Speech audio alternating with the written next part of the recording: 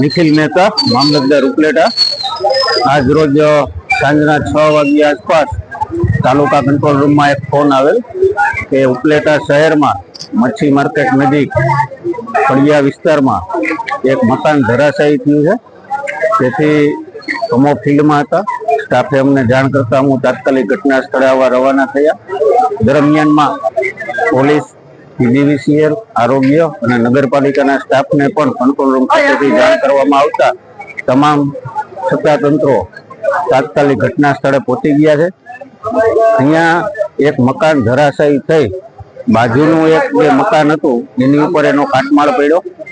બાજુના મકાનમાં કોઈ યાસીનભાઈ નામના વ્યક્તિ છે એ નોનવેજ વેચવાનું કામ કરતા હતા।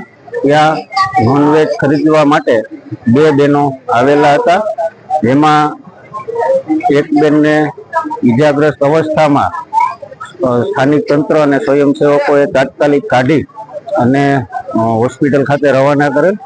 બીજા એક બેન હતા એમને કાટમાળ હટાવી અને બહાર કાઢી અને સારવાર માટે મોકલેલ। જેમાંથી એક બેનનું અવસાન થઈ ગયેલ છે અને એક બેનને વધુ સારવાર માટે જુનાગઢ ખાતે રિફર કરવામાં આવેલ છે।